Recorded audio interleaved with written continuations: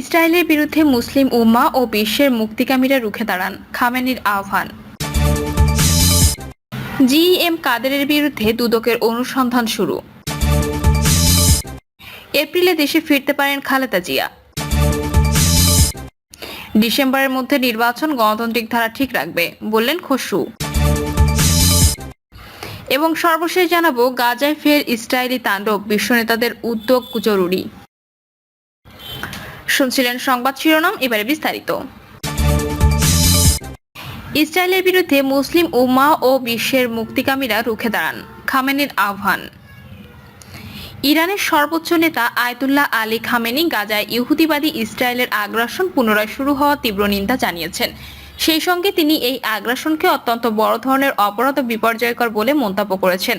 Khamenei বলেছেন, এটি পুরো মুসলিম উম্মাহর সঙ্গে সম্পর্কিত বিষয়, তাই গোটা উম্মাহকে সব ধরনের মতভেদকে পাশ কাটিয়ে এই অপরাধযজ্ঞের বিরুদ্ধে ঐক্যবদ্ধভাবে রুখে দাঁড়াতে হবে এবং ইউরোপ ও আমেরিকা সহ বিশ্বের সব অঞ্চলের মুক্তিকামী মানুষকে এই বিশ্বাসঘাতকতামূলক ও বিপর্যয়কর পদক্ষেপ মোকাবেলা করতে হবে, যাতে আবারও শিশু হত্যা, ঘরবাড়ি ধ্বংস, ফিলিস্তিনি জনগণের শরণার্থী হওয়া ঠেকানো যায়।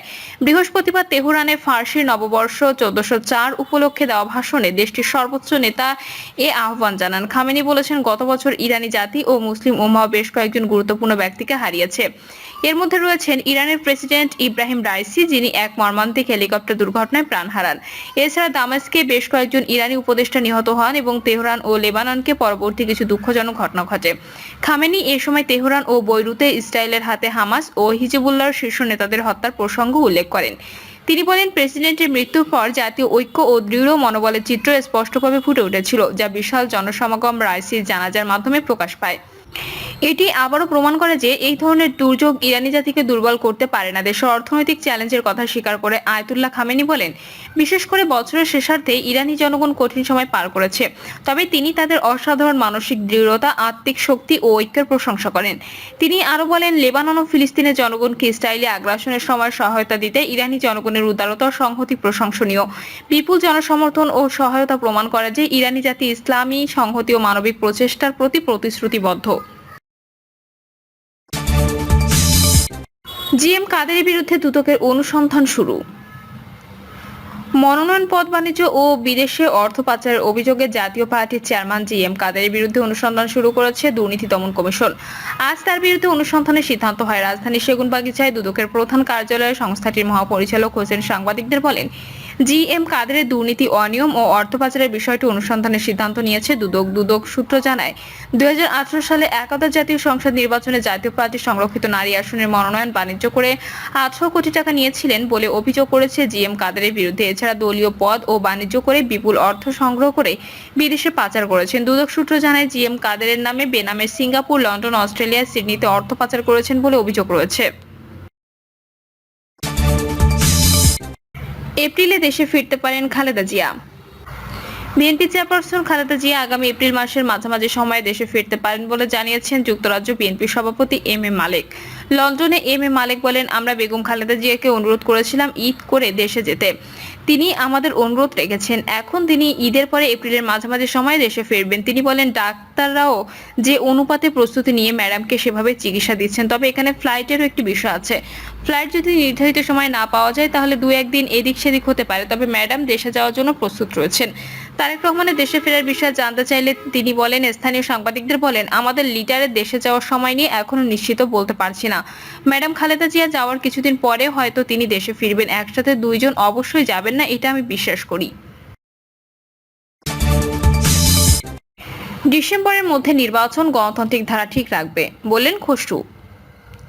বিএনপির স্থায়ী কমিটির সদস্য আমির খসরু মাহমুদ চৌধুরী বলেছেন, সবার ধারণা চলতি বছরের ডিসেম্বরের মধ্যে নির্বাচন হলে গণতান্ত্রিক ধারা ঠিক পথে থাকবে।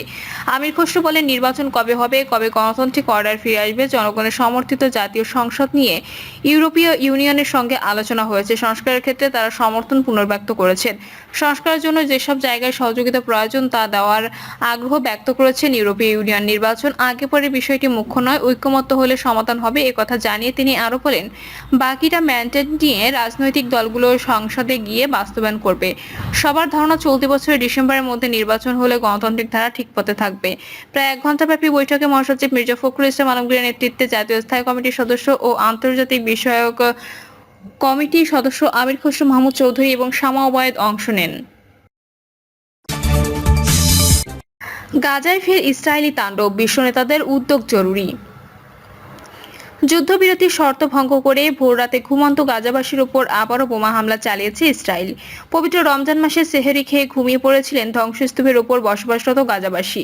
যেহেতু দ্বিতীয় ধাপে যুদ্ধবিরতি আলোচনা চলমান ছিল, তাই নিরীহ ফিলিস্তিনিরা আকস্মিক হামলার ভয়ে তেমন ভীত ছিল না। ধ্বংসস্তূপের বুকে বসে ঘরবাড়ি স্বজন হারানোর দুঃসহ স্মৃতি ভুলে জীবনকে নতুন করে গড়ে তোলার সংগ্রামে যখন জড়াচ্ছিলেন এ ভূখণ্ডের মানুষ, তখন মানবতা শব্দটিকে লাথি মেরে শয়তানের স্বরূপ প্রকাশ করে বিশ্বকে দেখালো ইসরায়েল। কোনো ধরনের আগাম সতর্কতা ছাড়াই গাজার বেইত লাহিয়া, রাফা, নুসাইরাত ও আল মাওয়াসি এলাকায় ইসরায়েলের ন্যাক্কারজনক বোমাবর্ষণে মাত্র কয়েক ঘন্টার মধ্যে ঝরে গেল 4 শতাধিক ফিলিস্তিনির প্রাণ। অর্ধসহস্রাধিক আহত ছাড়াও ধ্বংসস্তূপের নিচে চাপা পড়েছে অগণিত মানুষ। উদ্ধারের ব্যর্থ প্রচেষ্টার মাঝে হতাহতের সংখ্যা আরও বাড়বে বলে জানিয়েছে ফিলিস্তিনি কর্তৃপক্ষ।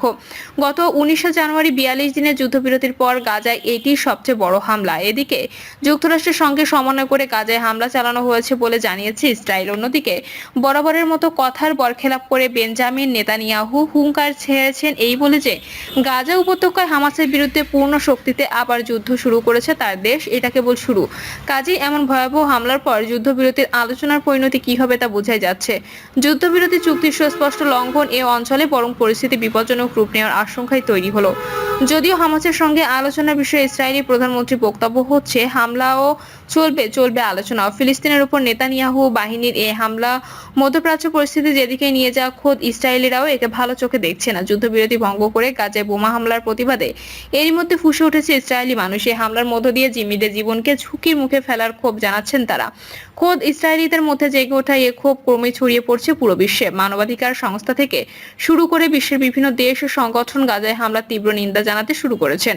বস্তুত প্রায় হাতছাড়া ক্ষমতা আঁকড়ে ধরতে গিয়ে যে মরণ খেলায় মেতেছেন ইসরায়েলের প্রধানমন্ত্রী, তা এই অঞ্চলের ভাগ্যকে কোথায় নিয়ে ফেলবে তার সময়ই বলে দেবে।